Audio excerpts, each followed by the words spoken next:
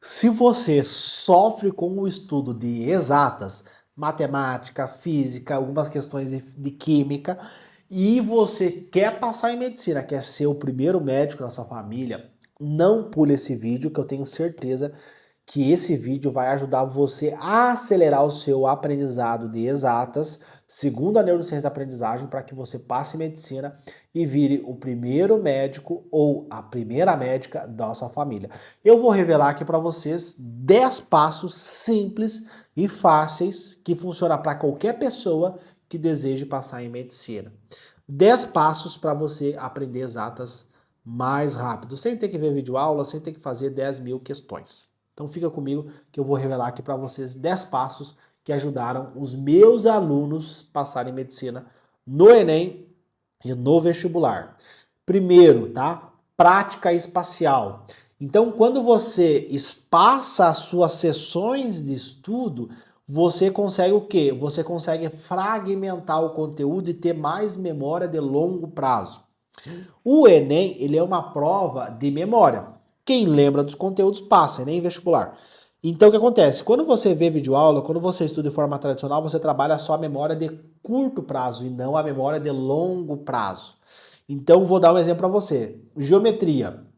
Lá na geometria espacial você vai ter a fórmula do cone, o cilindro, o prisma, o paralelepípedo. São vários, né? Retângulo, tem várias fórmulas, formas geométricas que você tem que memorizar para você passar em medicina. O que você faz? Em vez de você, hoje eu vou estudar geometria. Não, você fragmenta. Hoje eu vou aprender a fórmula do cilindro. Amanhã eu vou aprender a fórmula do prisma. Depois eu vou aprender a do cone, sabe? Você vai fragmentando, você vai tendo uma prática espacial daqueles conteúdos. Né? Um outro exemplo, não vou pegar de exatos, vou pegar de biologia. Você pega lá, por exemplo, organelas celulares. Aí tem mitocôndria, lissossomos, complexo de Golgi, ribossomos, núcleo, tem várias organelas. Em vez de eu querer saber tudo, não, eu vou fragmentando o conteúdo. Isso ajuda o córtex pré-frontal a processar as informações para que eu consiga passar em medicina, tá? O segundo passo, self-study. Então, você tem que relacionar os conteúdos teóricos com o seu dia a dia. Por exemplo, porcentagem. Eu não sei nada em porcentagem, mas quando você vai no shopping, tem aquela camiseta que você gosta com 30% de desconto. Então, a porcentagem está no seu dia a dia. Toda a matemática está no nosso dia a dia. Então você vai fazer um churrasco, você tem que fazer um cálculo matemático para saber quantas gramas por pessoa, quantas pessoas você vai convidar, você vai ter o cálculo de quantos quilos de carne você tem que comprar, aí você tem o preço pelo quilo da carne, você vai ter uma noção de quanto que você vai gastar. Vai fazer um aniversário, por exemplo. Então perceba que a matemática, a física está no nosso dia a dia. Né? Eu poderia trazer um outro exemplo de física também. Na nossa casa, por exemplo, o chuveiro. O chuveiro usa a tecnologia de um resistor. Tem um resistor ali. Né? Aí tem a fórmula da resistência. Então perceba que tudo que é cobrado na prova do Enem e do vestibular está no nosso dia a dia. Só que o aluno não consegue fazer essa codificação semântica, essa tradução da teoria para a linguagem do cérebro. Né? Porque o cérebro entenda essas informações, tá? Terceiro passo, RDD, rotina de estudo direcionada. Não tem como você estudar tudo, você tem que estudar aquilo que é mais importante. Vou dar um exemplo. Matemática. Tem 5 conteúdos de matemática que se você acertar as questões que cobram esse conteúdo, você consegue abarcar 70% da prova. 30 acertos em matemática, é um ótimo resultado. Só que o cursinho, o dono do cursinho, ele quer o seu dinheiro. Então ele vai socar lá todo o conteúdo, todas as informações, 10 mil videoaulas, 100 mil questões, um monte de conteúdo. Para quê? Para que você fique cada vez mais tempo ali estudando para ele ganhar o seu dinheiro. Né? Então quanto mais tempo você fica ali, mais ele ganha. Porque você paga a mensalidade todo mês ali da plataforma do cursinho para ver as videoaulas. Entende? Então você estuda só aquilo que é importante, só aquilo que é cobrado na prova. E deixa o resto. E isso é uma opinião, eu conversei com vários aprovados em medicina. Você pode perguntar para qualquer aprovado em medicina. Eles não estudaram tudo, porque é humanamente possível estudar tudo. Né? Um outro exemplo que eu dou é na prova de anatomia. Tinha lá tinha o livro de anatomia, lá, a referência bibliográfica para a prova de anatomia. O livro tinha lá 2.000, 3.000 páginas, sei lá. E aí eu fui ver, nas últimas 5 provas, o conteúdo que mais caía de membro superior era plexo braquial. 40% da prova. Então o que eu vou estudar? Vou estudar plexo braquial. Porque 40% das questões dos últimos 5 anos era plexo braquial. Vai dar tempo de estudar o livro lá com 1.000 páginas? Não vai dar tempo. Então vou estudar só aquilo que é importante. Né? Entendeu? Então tem uma diferença. desse estudo direcionado, por querer estudar tudo, tá? Quarto passo, autoexplicação. Então, quando você aprender um conteúdo, tenta explicar aquele conteúdo. Porque eu vejo que o cara estuda, anota, faz resumo, faz colorido, não sei o quê, mas ele não treina a explicação. Então, a informação está aqui, ela tem que vir para baixo. E quando você cria a linguagem, né, você tem uma região do cérebro chamada área de Wernicke. Então, quando você cria essa comunicação, essa linguagem, você estimula muitas regiões do cérebro. E aí, quando você vai construir esse discurso para fazer essa autoexplicação, fica muito mais fácil, tá? 5, tá?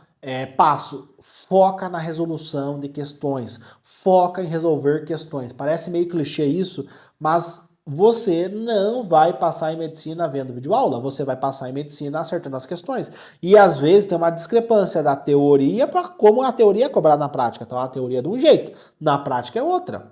Por exemplo, na medicina é a mesma coisa. Tem a teoria do livro lá e tem a medicina prática. Às vezes não dá para fazer o que tem no livro na vida real. Por vários fatores, questões éticas, questões financeiras, de recursos, de medicamentos. E a mesma coisa no Enem, no vestibular. A teoria é uma coisa, mas para você elaborar uma questão tem características que você tem que levar em consideração. E aí você vê a padronização das questões, um padrão de cobrança das questões. Tá? Sexto passo, a elaboração. Tá? Então, o que quer dizer essa elaboração? Você criar desenhos. Então você vai ver a questão lá. Joãozinho foi na padaria, comprou 50 pães, porém encontrou a Mariazinha na fila do caixa e deu 20 pães para ela. Né? Então tu vai ver que as questões do Enem são historinhas, né? Isso e aquilo. Você tem que fazer essa elaboração, esse gráfico, esse desenho, né? Que eu chamo de esboço, para você visualizar o que está acontecendo, né? Destacar bem os números, visualizar o que está acontecendo. Isso vai ajudar você na hora de acertar as questões. Tá? Isso é uma coisa que eu recomendo muito aos meus alunos lá no método Atleta da Mente fazer isso. E o sétimo passo, né, correlacionando com o sexto passo, é você fazer uma visualização, você imaginar aqueles números, né, por exemplo, uma questão de geometria.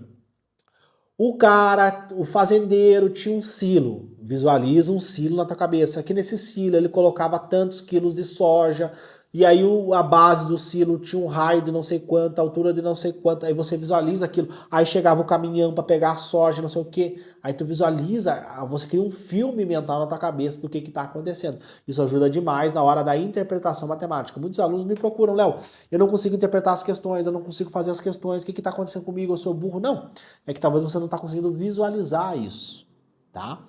Oitavo, análise de erros. Então revise os cálculos, né? Eu tenho uma ferramenta que eu ensino para os meus alunos que é o FACS. Então lá no FACS, o terceiro passo do FACS é você fazer o C1, cálculo 1. Aí faz o cálculo 1. C2, cálculo 2. C3, cálculo 3. E aí você deixa numa folha isso, o FACS, né? O FACS é uma folha. E aí depois, quando você terminou de fazer o simulado, fazer a prova, você vai corrigir os seus erros. E ali com essa folha do FACS, você sabe onde que você errou. Ah, eu errei na hora de fazer a porcentagem. Ah, eu errei na hora de fazer o cálculo do volume. Ah, eu errei na hora de transferir quilômetros por hora por metro por segundos. Entende? Aí você consegue ver onde que você errou. Ah, eu errei a questão. Tá, beleza, mas onde que eu errei? Foi na interpretação? Foi na hora de destacar as informações? Foi na hora do cálculo 1, cálculo 2? Então o cara... Ah, eu fiz o cálculo. Mas tá, quais são as informações? Destaca as informações. Cria o esboço, visualiza o que está acontecendo, faz o cálculo 1, fez o cálculo 1, cálculo 2, cálculo 3. Descreve esses cálculos, sabe? Isso é fundamental para você passar em medicina, tá? E o nono é você fazer provas antigas. Então pega as provas antigas do Enem, faça as questões antigas, faça uma rotina de estudo direcionada só para aquilo que é cobrado na prova. E, infelizmente, tá, eu não falo isso por gostar, mas não dá tempo de estudar tudo, é humanamente possível. Então estude só aquilo que vai ser cobrado na prova, tá? E o 10º passo é você fazer meditação. Então você fazer uma meditação, você acalmar a sua mente, você reduzir a ansiedade. Isso assim, ó, ajuda muito. Acho que é 300%, 400% na hora de você fazer questões exatas, você tá calmo. Você não precisa nem acreditar em mim. Pega ali, faz uma bateria de questões ansioso. Agora faz um simulado calmo, tranquilo, focado, com muita atenção, raciocinando cada passo, cada processo das questões. Pô, isso daí ajuda demais, tá? Isso traz muito resultado Então, se você implementar esses 10 passos, tenho certeza que você vai conseguir passar em medicina. E se você quer mais conteúdo, quer aprofundar essas informações, eu sempre faço lives, aulas gratuitas. Se inscreva aqui na minha rede social, me siga aqui na rede social,